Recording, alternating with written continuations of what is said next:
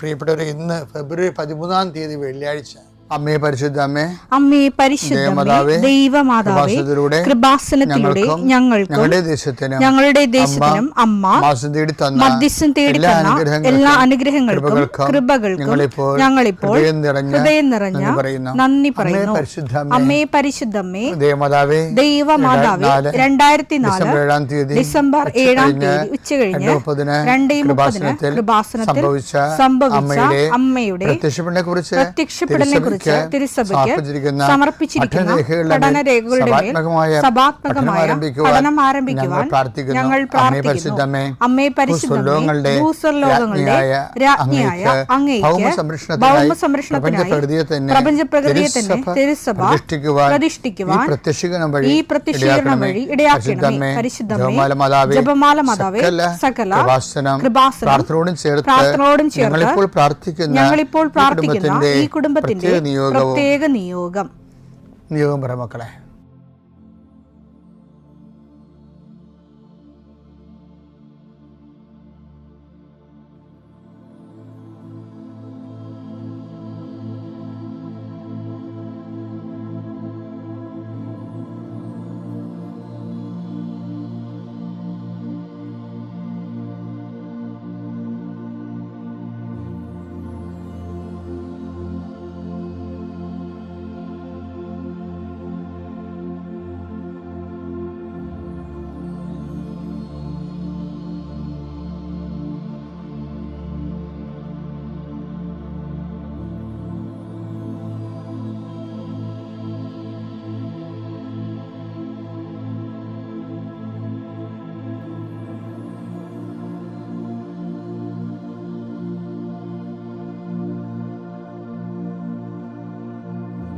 അമ്മയുടെ പ്രത്യക്ഷീകരണത്തിന്റെ ഈ അനുഗ്രഹവേളയിൽ ഞങ്ങൾക്ക് സാധിച്ചു തരുവാൻ കനിയണമേ.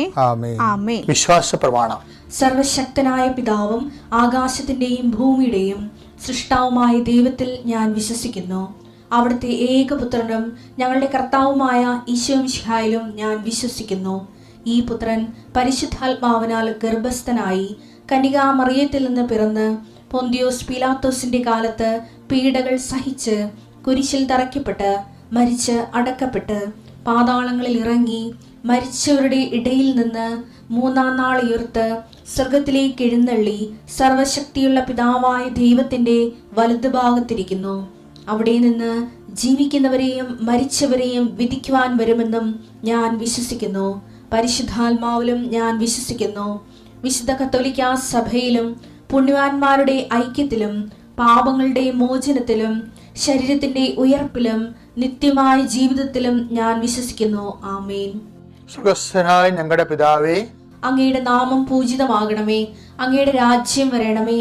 അങ്ങയുടെ തിരുമനസ് സ്വർഗത്തിലെ പോലെ ഭൂമിയിലും ആകണമേ. അന്നു വേണ്ടുന്ന ആഹാരം ഇന്ന് ഞങ്ങൾക്ക് തരണമേ. ഞങ്ങളോട് തെറ്റ് ചെയ്യുന്നവരോട് ഞങ്ങൾ ക്ഷമിക്കുന്നത് പോലെ ഞങ്ങളുടെ തെറ്റുകൾ ഞങ്ങളോടും ക്ഷമിക്കണമേ. ഞങ്ങളെ പ്രലോഭനത്തിൽ ഉൾപ്പെടുത്തരുതേ, തിന്മയിൽ ഞങ്ങൾ രക്ഷിക്കണമേ. ആമേൻ. നന്മ നിറഞ്ഞ മറിയമേ, സ്വസ്തി. കർത്താവ് അങ്ങയുടെ കൂടെ സ്ത്രീകളിൽ അങ്ങ് അനുഗ്രഹിക്കപ്പെട്ടവളാകുന്നു. അങ്ങയുടെ ഉദരത്തിൻ ഫലമായി ഈശോ അനുഗ്രഹിക്കപ്പെട്ടവനാകുന്നു. പരിശുദ്ധ മറിയമേ, തമ്പുരാന്റെ അമ്മേ, പാപികളായ ഞങ്ങൾക്ക് വേണ്ടി ഇപ്പോഴും ഞങ്ങളുടെ മരണസമയത്തും തമ്പുരാനോട് അപേക്ഷിക്കണമേ. ആമേൻ. കർത്താവേ, നിന്റെ ഉന്നതമായ നാമത്തിന് സ്തോത്രം ചെയ്യും. കർത്താവേ, നിന്റെ വിശുദ്ധ പൗരോഹിത്യത്തെ മഹത്വപ്പെടുത്തണമേ. കർത്താവേ, സഭയിലുള്ള സാന്നിധ്യം പ്രകടമാക്കണമേ.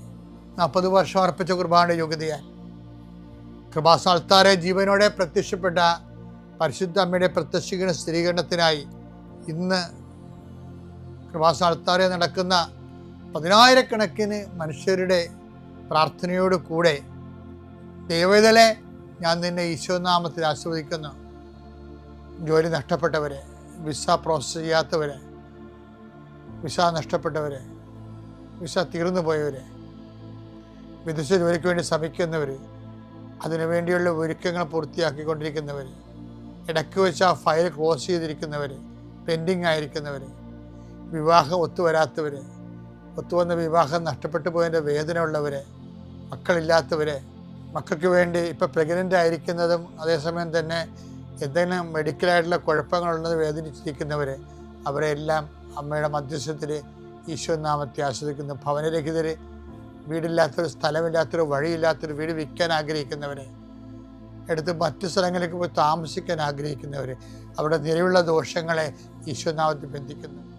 എൻ്റെ കർത്താവിൻ്റെ ഉന്നതമായ നാമത്തിൽ വെള്ളമില്ലാത്തവർ, ഒത്തിരിയേറെ കുഴൽക്കിണർ കുത്തിയിട്ടും ഒത്തിരി ആഴത്തിൽ കുത്തിയിട്ടും പണം നഷ്ടപ്പെട്ടിട്ടും വെള്ളം കാണാത്തൊരു, ആ സ്ഥലം വിൽക്കാൻ പറ്റണില്ല, അവിടെ ജീവിക്കാൻ പറ്റാത്ത വിഷയത്തിലുള്ള എല്ലാ മക്കളെയും കർത്താവിൻ്റെ നാമത്തിൽ ആശീർവദിക്കുന്നു.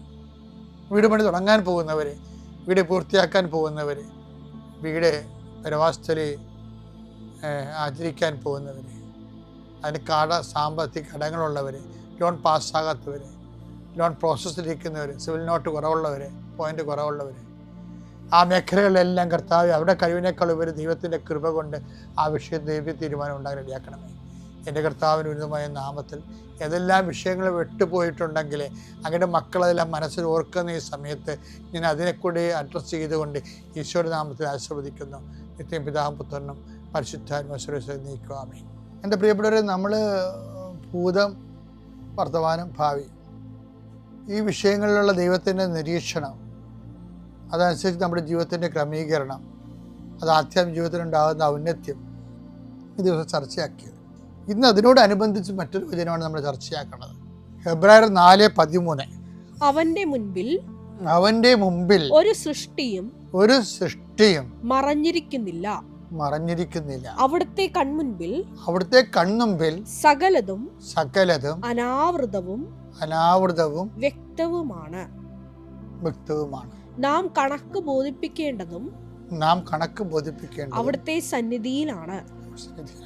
ഒരു വിഷയം, ദൈവം നമ്മുടെ ഭാവിയെ വർത്തമാനം പോലെ കാണുന്നു എന്നുള്ളതാണ് ഉടമ്പടിയുടെ ചിറക്ക് സാവധാനത്തിലാകാൻ കാരണം.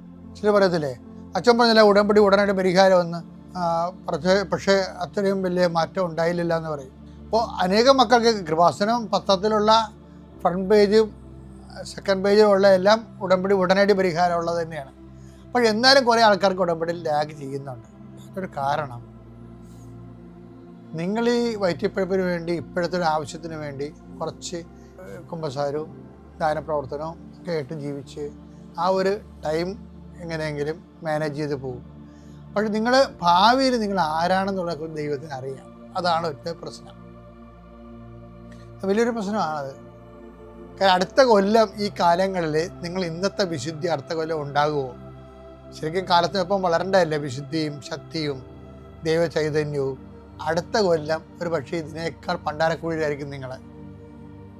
ഇതിനേക്കാൾ പാപവും, ഇതിനേക്കാൾ തോന്നിവാസവും, ഇതിനേക്കാൾ ഭക്തിയും കുറവും, ഇതിനേക്കാൾ പരസ്നേഹമില്ലായ്മയും അങ്ങനെയുള്ളൊരു അവസ്ഥ ആയിരിക്കും. പക്ഷെ ദൈവത്തിന് അത് ഇപ്പം അറിയാം. അതാ കുഴപ്പം. അപ്പം നിങ്ങൾ എന്ത് യേശുസ്തോത്രം പറഞ്ഞാലും ദൈവം ഏക്കാത്തതിൻ്റെ കാരണം അടുത്ത കൊല്ലം നിങ്ങൾ അതാത് ഇംഗിതത്തിനനുസരിച്ച് കൊണ്ട് അപ്പോഴപ്പോഴുള്ള ലാഭത്തിന് വേണ്ടി ദൈവത്തെ വിറ്റിട്ടുള്ള ആളായിരിക്കും. ഇത് നമ്മൾ അഡ്രസ്സ് ചെയ്തില്ലെങ്കിൽ ദൈവത്തെ വളരാൻ പറ്റത്തില്ല. ഇതിനോടനുബന്ധിച്ചുകൊണ്ട് വേറെ പല വചനങ്ങളുണ്ട്. സങ്കീർത്തനം 139:16. എനിക്ക് രൂപം ലഭിക്കുന്നതിന് മുൻപ് തന്നെ, എനിക്ക് ഒരു രൂപം ലഭിക്കുന്ന മുമ്പ് തന്നെ അവിടുത്തെ കണ്ണുകൾ എന്നെ കണ്ടു. എനിക്ക് നിശ്ചയിക്കപ്പെട്ടിട്ടുള്ള എനിക്ക് രൂപം ലഭിക്കുന്ന മുമ്പ് തന്നെ അവിടുത്തെ കണ്ണുകൾ എന്നെ കണ്ടു. എനിക്ക് നിശ്ചയിക്കപ്പെട്ടിട്ടുള്ള നാളുകൾ ഉണ്ടാകുന്നതിന് മുൻപ് തന്നെ അങ്ങയുടെ പുസ്തകത്തിൽ അവ എഴുതപ്പെട്ടു. ഇത് പറയണത് എനിക്ക് രൂപം ലഭിക്കുന്നതിന് മുമ്പ് തന്നെ എന്ന് വെച്ച് കഴിഞ്ഞാല് നമ്മൾക്ക് അമ്മയുടെ ഉദരത്തിൽ രൂപം ലഭിക്കുന്നതിനെ കുറിച്ചും ബൈബിൾ പറയുന്നുണ്ട്. പക്ഷെ നമ്മൾക്ക് ഒരു വിഷയത്തെക്കുറിച്ച് രൂപം കിട്ടത്തില്ല. ഇത്ര ആൾക്കാർ പറഞ്ഞില്ലേ ഒരു രൂപവും ഇല്ലാച്ചാന്ന് പറയത്തില്ലേ. അപ്പോൾ നമുക്കൊരു വിഷയത്തെക്കുറിച്ച്, ഒരു തിന്മയെക്കുറിച്ച്, നമ്മൾ വീഴാൻ പോകുന്ന പാവത്തെക്കുറിച്ച് നമുക്കൊരു രൂപം കിട്ടണ മുമ്പ് തന്നെ നീ അതിൽ വീഴുമെന്ന് ദൈവത്തിന് അറിയാം. അതും ഒരു അപകടകരമാണ്. അത് ഈ ഉടമ്പടിയെ ശരിക്കും പിൻപിടുത്തം നടത്തണുണ്ട് ബാക്കിലേക്ക്. നീ ഇപ്പോഴീ കാര്യം കാണാൻ വേണ്ടി അഭ്യാസമൊക്കെ പറഞ്ഞാലും നിൻ്റെ ഭാവി അനിശ്ചിതത്വത്തിലാണ്, അപകടത്തിലാണ്. നീ നാളെ ദൈവത്തെ മറന്ന് ജീവിക്കും. അപ്പോൾ അതുകൂടി ആ പഴുതുകൂടി അടച്ചാൽ ഉടമ്പടി സ്പീഡപ്പാകും.